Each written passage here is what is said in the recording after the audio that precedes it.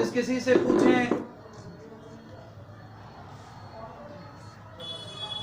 कहीं ना कहीं कुछ तो है जिसकी वजह से प्रश्न आता है।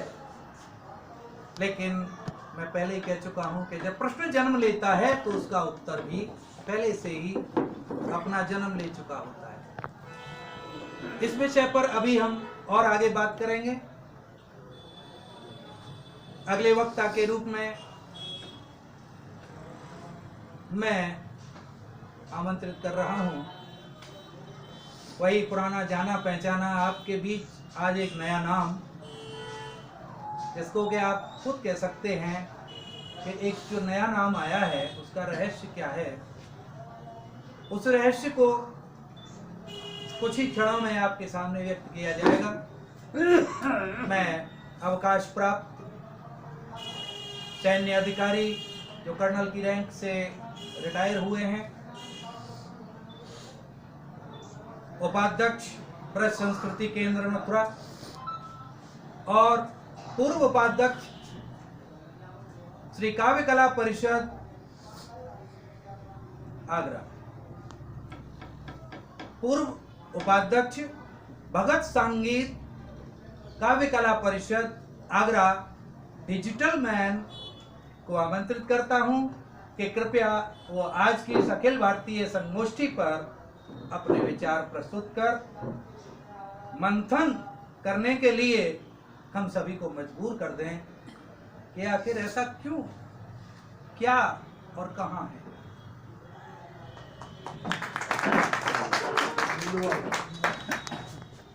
मैं कुछ कहना चाहूँगा इस विषय में। जैसा मेरा फौज के निर्माण में हमेशा लिख के ही बोला जाता है, तो मैं लाया हूँ थोड़ा सा, वो आपको पढ़ के सुना दूँगा। बैठने की इजाज़त दे सकते मुझे? आपको कौन इजाजत दे सकता है? देखिए, भगत संगीत नौटंकी की वर्तमान दशा और दिशा क्या है, इसके ऊपर मैंने कुछ 4-6 लाइनें लिखी है, वो मैं डॉक्टर साहब को समर्पित करता हूँ। देखेंगे आज बंधुओं, आज की इस संगोष्ठी के मंच पर उपस्थित सभी विद्वान साथियों को मैं सादर प्रणाम करते हुए पंडित नथाराम गौड़ जी के चरणों में नतमस्तक हो नमन करता हूँ। साथ ही मैं दिगंबत हुए भाई गौरी शंकर जी को श्रद्धांजलि अब अर्पित करते हुए ईश्वर से प्रार्थना करता हूँ कि उनकी दिगंबत आत्मा को अपने श्री चरणों में स्थान दे। साथियों, मेरा मानना है कि पंडित नथाराम गौड़ जी के वंशज इस परिवार के सदस्यों को हमें हृदय से आभार प्रकट करना चाहिए कि अभी 3 माह भी नहीं हुए भाई गौरी शंकर गौड़ जी को दिगंबत हुए, पूरा परिवार इस दारुण दुख को सहन नहीं कर पा रहा है, फिर भी अपने पूर्वजों के प्रति इतनी गहरी आस्था है कि इस विषम परिस्थिति में भी आज उनके द्वारा यह परंपरागत आयोजित किया जा रहा है। मेरा आप सभी से अनुरोध है कि ऐसे तपस्वी परिवार के इन सभी सदस्यों के सम्मान में आप सभी खड़े होकर जोरदार तालियों से इन सभी का उत्साहवर्धन करें। बुला लेता हूँ परिवार के, आइए यहाँ जाइए। एक बड़े सोचने वाली बात है, ऐसे आ जाओ। 2 महीने पहले हुए, लेकिन इस परंपरा आप भी परिवार के ही हैं जिन्होंने 50 साल अपना काट दिया। पटेल जी आप देखिए कितने महत्वपूर्ण परिवार के हैं। मेरा आपसे सभी से अनुरोध है कि ऐसे तपस्वी परिवार के इन सभी सदस्यों के सम्मान में जोरदार तालियों से इस परिवार के प्रत्येक सदस्य को मैं विश्वास दिलाता हूं कि आप स्वयं को अकेला न समझें, हम सभी आपके साथ हैं, ये भी हम विश्वास दिलाते हैं। साथियों, चलिए बैठ लेते हैं कुछ।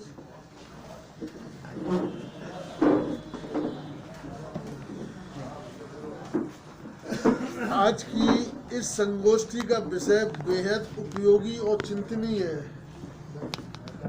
क्योंकि भगत संगीत नौटंकी आज विलुप्तीकरण के कगार पर है। हालांकि उत्तरी भारत के लोक रंगमंचों में स्वांग, नौटंकी, भगत के नाम से प्रचलित लोक नाट्य परंपरा, जैसा कि यदुवंशी साहब जिक्र कर रहे थे, सर्वाधिक लोकप्रिय है, जो रात्रि को प्राय 9-10 बजे से आरंभ होकर प्रातःकाल दिन निकलने तक अविरल चलती रहती है और सभी वर्ग के हजारों नर नारी आज भी इसमें अपना मनोरंजन करते हैं।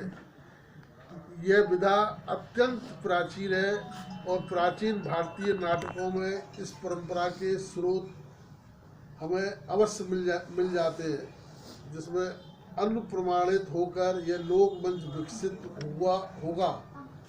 भरत के नाट्य शास्त्र में सट्टक को नाटक का एक भेद माना गया है। सट्टक आप तो जानते होंगे, माना गया है। महाकवि जयशंकर प्रसाद जी और डॉक्टर हजारी प्रसाद द्विवेदी आदि विद्वानों ने इसकी प्रामाणिकता सिद्ध की है। आजकल नौटंकी उत्तर प्रदेश का एक प्रमुख लोक नाट्य है और ब्रज क्षेत्र का यह नगर हाथरस तथा बाद में कानपुर क्षेत्र इसके प्रधान केंद्र रहे हैं। वास्तव में इन दोनों नगरों से ही नौटंकी के स्कूलों का विकास हुआ, इस जिनमें मूलतः समेट होते हुए भी भिन्नता है। फरुखाबाद, प्रयागराज और बनारस में भी नौटंकी का अपना जवाब है। जैसा कि मैंने आपसे सवाल किए थे सर, तभी मैंने दिखाया इसको। आपसे सवाल किए थे सर? जी हाँ। परंतु वह कानपुर के स्कूल के ही अंतर्गत है, क्योंकि उनकी सब परंपराएं कानपुर जैसी ही है। हाथरस ब्रज शैली की प्राचीन भगत परंपरा का ही स्वरूप है। हाथरस की जो शैली है वो भगत परंपरा का स्वरूप है। ये भी मैंने कहीं देखा था। संगीत के नाम भगत परंपरा के स्वरूप है और सांगीत के नाम से जाना जाता रहा है, किंतु नौटंकी नाम प्रचलित होने के कारण इसे भी सामान्य जनमानस द्वारा नौटंकी कहा जाने लगा है। एक्चुअली जो हाथरस में जो होता है वो भगत है, लेकिन नौटंकी नाम से जानने की वजह से नौटंकी कहने लगे, क्योंकि नौटंकी स्वयं में एक सशक्त लोक नाट्य शैली होते हुए भी मुहावरा बनकर रह गई है। कुछ स्वार्थी तत्वों ने इसके मूल स्वरूप को भारी क्षति पहुंचाई है। नौटंकी के वास्तविक स्वरूप को समझने के लिए पहले भगत संगीत को समझना जरूरी है। भगत संगीत क्या है? भगत, जैसा कि इसके नाम से स्पष्ट है, भक्ति प्रधान मंच था और उसका उदय काल 7वीं शताब्दी में ब्रज के मंदिरों में माना गया है। आईने अकबरी के अनुसार भगत कीर्तन के समान ही एक अच्छा संगीत है, परंतु उसमें विभिन्न प्रकार की वेशभूषा पहनकर लोक नाट्य स्वांग का प्रदर्शन किया जाता है। मध्यकाल में भगत का यह मंच बेहद सशक्त रहा। मध्यकाल में राजा महाराजा थे और युग से आज तक जीवित और जागृत चला रहा है। मथुरा, वृंदावन और आगरा इस मंच के गढ़ रहे हैं, परंतु क्योंकि भगत का मंच व्यवसायिक नहीं है, भगत का मंच कभी व्यवसायिक नहीं होता है, अतः इसके प्रदर्शन केवल उन नगरों में ही सीमित है जहां इसमें अखाड़े विद्यमान है। ठीक है सर? जहां उस्ताद और खलीफा की गुरु शिष्य परंपरा प्रचलित है और वही उसके तत्वावधान में ये अखाड़े प्रतिद्वंदिता के चलते भगत का आयोजन करते रहते हैं।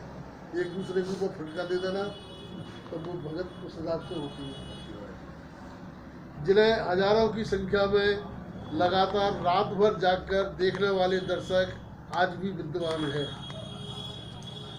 भगत में केवल अखाड़े के शिष्य ही अभिनेता का कार्य कर सकते हैं, परंतु अब क्या डिफरेंस है परंतु नौटंकी में कोई भी कलाकार वेतन लेकर कहीं भी काम कर सकता है। भगत के अखाड़ों में वर्तमान में अब अच्छे गायकों की कमी है। भगत में भी प्रॉब्लम आ रही है, वहाँ भी गायक नहीं है।